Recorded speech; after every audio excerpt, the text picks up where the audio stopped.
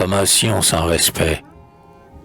Je connaissais fort peu votre mari, madame. Il était gros et laid. Je n'en savais pas plus. Mais on n'est pas fâché quand on aime une femme, que le mari soit borgne ou bancal ou perclus.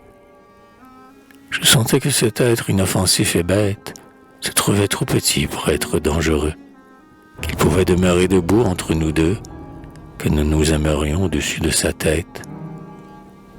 Et puis, que m'importait d'ailleurs. Mais aujourd'hui, il vous vient à l'esprit je ne sais quel caprice. Vous parlez de serment, devoir et sacrifice, et remords éternels. Et tout cela pour lui.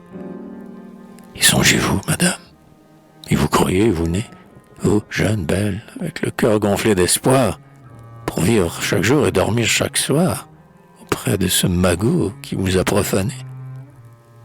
Quoi? Pourriez-vous avoir un instant de remords? Est-ce qu'on peut tromper cet avorton bonasse, unique, je suppose, et d'esprit de corps, qui m'étonnerait bien s'il laissait de sa race? Regardez-le, madame.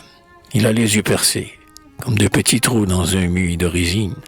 Ses membres sont trop courts et semblent mal poussés, et son ventre étonnant, où sombre sa poitrine. En toute occasion, doit le gêner beaucoup.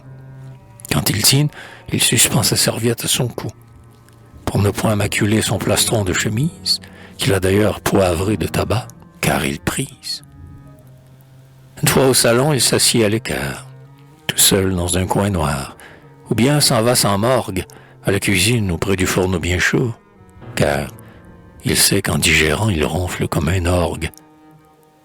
Il fait des jeux de mots avec sérénité, vous appelle ma chatte et ma cocotte aimée, et veut, pour toute gloire et toute renommée, être, en leur différant, des voisins consultés.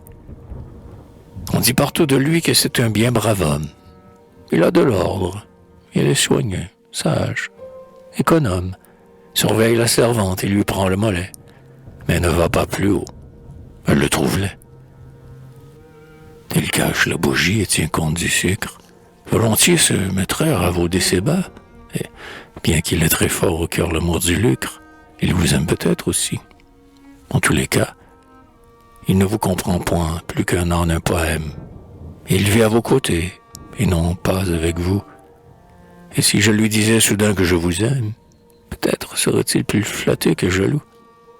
Soufflez, gonflez devant ce gendarme en baudruche, grotesque épouvantail que sur l'amour on juche, comme on met dans un arbre un mannequin de bois, dont les oiseaux n'ont peur que la première fois. Je vous aurai bientôt entre mes bras saisis. Nous allons l'un vers l'autre irrésistiblement.